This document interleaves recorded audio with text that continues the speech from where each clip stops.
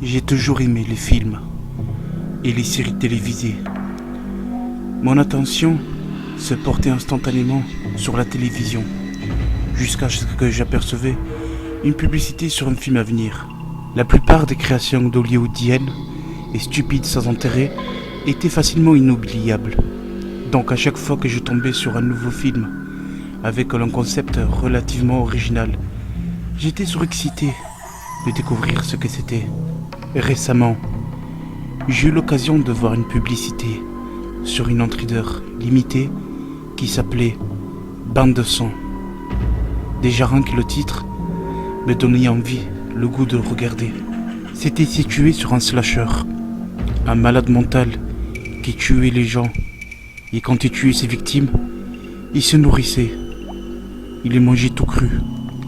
Il y avait 2 pubs de cette série, et les deux, elles étaient quasiment très similaires. Seule la narration de l'extrait changeait légèrement. Cependant, un soir j'étais en train de regarder la télé, chez moi. J'ai vu un spot publicitaire que je n'avais jamais vu auparavant, et je l'ai trouvé absolument glaçant.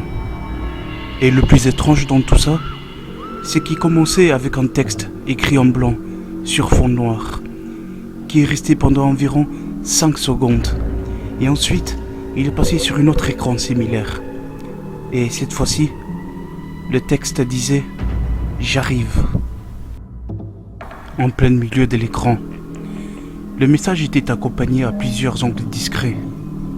En regardant l'écran de plus près, je pouvais apercevoir 6 silhouettes sombres en arrière-plan. Et il n'y avait aucun extrait dans cette publicité, ni le message habituel qui désignait sur bientôt sorti dans les salles. Et j'ai trouvé ça très troublant. Alors pour me calmer un peu, j'ai changé de chaîne et j'ai fait semblant d'oublier en regardant quelques dessins animés. Et puis, les jours suivants d'après, j'ai pu me rencontrer mon collègue ami Gérald.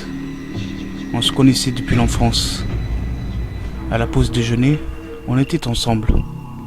On discutait un peu de tout, de suite à l'un à l'autre. Et puis, j'ai pu lui raconter que j'ai vu cette fameuse publicité à la veille.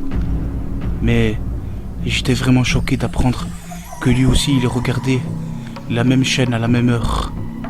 Mais ce n'était pas exactement la même bande-annonce qu'il avait vue. Alors j'ai protesté. Je lui ai décrié exactement ce que j'ai vu moi. Mais il ne savait pas de quoi du tout je parlais. Cela m'a beaucoup perturbé, et ne trouvant pas d'explication, j'ai haussé les épaules et j'ai essayé de ne plus y penser. Quelques jours après, j'avais presque oublié de ce qui s'était passé. Alors j'ai repris mon habitude, ma routine, en train de regarder la télévision le soir. Mais je savais bien que je n'allais pas tarder à la revoir de nouveau. C'était presque pareil que la dernière fois. Seulement cette fois-ci, c'était plus intense.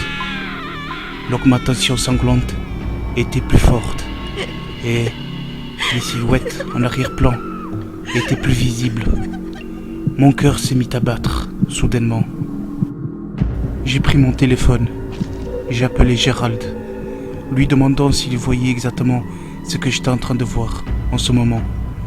Mais il m'a répondu sur le négatif et il m'a raccroché rapidement en me disant qu'il était occupé et qu'il ne pouvait pas me parler. Je n'ai pas protesté, toujours sous le choc de cette étrange bande-annonce que je semblais être le seul à le voir. Et je commençais à me douter de ce que je voyais ou que de ce que j'attendais. Mais pour ne pas me sombrer dans la panique, je me suis préparé quelque chose à manger. Et ensuite je suis allé me coucher. Je m'attendais à me voir que de me retourner dans tous les sens avant de retrouver le sommeil. Mais étrangement, je me suis sombré dans l'inconscience car je me suis réveillé brutalement. J'aurais pourtant juré avoir entendu un bruit étrange, mais je n'arrivais pas à me mettre le doigt et à savoir d'où provenait ce bruit. Mais je ne sais pas pourquoi. J'ai repensé à cette publicité que j'avais vue à la télévision. Alors la peur m'a submergé de plus en plus. Alors je me suis pris ma couverture et je me suis étiré. J'ai rentré ma tête en dedans, terrorisé de peur. Mais quand j'étais figé sous ma couverture, j'ai pu localiser des bruits étranges. Même si une partie de mon esprit disait que c'était dans mon imagination. On aurait dit des pleurs. Et c'était exactement les mêmes pleurs que j'avais vus dans la télé, dans la pub. Et ça devenait de plus en plus fort. Et puis quand l'augmentation des sons devenait plus fort, les pleurs, je me fichais de plus en plus dans ma couverture. Mais quand tout à coup, j'ai senti quelque chose de glacé qui touchait mes orteils dans mon lit. Alors quand je regardais, j'ai enlevé ma couverture et j'ai vu une créature, un monstre, qui me regardait droit de mon lit. Et cette chose n'avait pas de visage, il n'avait pas de nez, ni de bouche. On voyait ses cheveux recouverts et ses yeux qui brillaient en blanc. J'étais très effrayé et j'étais paralysé. Je ne savais pas comment quoi faire devant cette chose. Alors j'ai pu voir cette silhouette qui était en train de rôder dans ma chambre. Elle était figée, droit devant moi. Et plus j'étais submergé par la peur, de plus en plus elle s'approchait de moi. Cette chose se nourrissait de ma peur. J'ai essayé de hurler de toutes mes forces, mais aucun son n'est sorti de ma bouche tremblante devant cette créature, tellement que j'étais effrayé. Et cette créature, elle a fini par me transpercer le cœur. Et j'ai pu voir une dernière fois cette créature, avant de m'approfondir dans les ténèbres. Alors juste après, je me suis réveillé. Je me suis retrouvé par terre dans ma chambre, sur le sol. Bien que je me souvenais de ce qui s'est passé juste avant, j'ai essayé de toucher mon cœur, là où la créature m'avait attaqué, et il n'y avait ni blessure, ni de sang. Je devrais pousser de cris de joie, en sachant que tout cela n'était qu'un rêve. Mais tout ce que je ressentais à présent, c'était de la peur à l'intérieur de moi. Alors je me suis relevé vite. J'ai trébuché dans ma chambre, car j'étais encore dans l'obscurité. Et la seule chose que je pouvais voir dans la pièce, c'était ma fenêtre. Et quand je me suis retourné pour voir la fenêtre derrière moi, j'ai sursauté violemment, car elle était beaucoup plus grande. Et elle était anormale.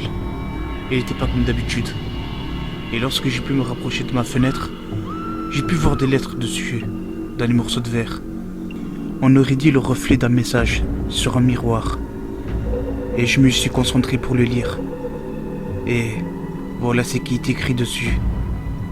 J apostrophe A R R I V E. J'arrive. Alors quand j'ai vu ça, mes jambes se sont mis à trembler de peur. Je n'arrivais pas à tenir debout. Alors que mes yeux s'adaptaient dans l'obscurité, j'ai aperçu les 6 silhouettes qui étaient entourées de moi dans l'obscurité et qui pleuraient hystériquement. Et la tristesse que j'avais en moi s'amplifiait de plus en plus, jusqu'à ce que je me mette à pleurer moi aussi.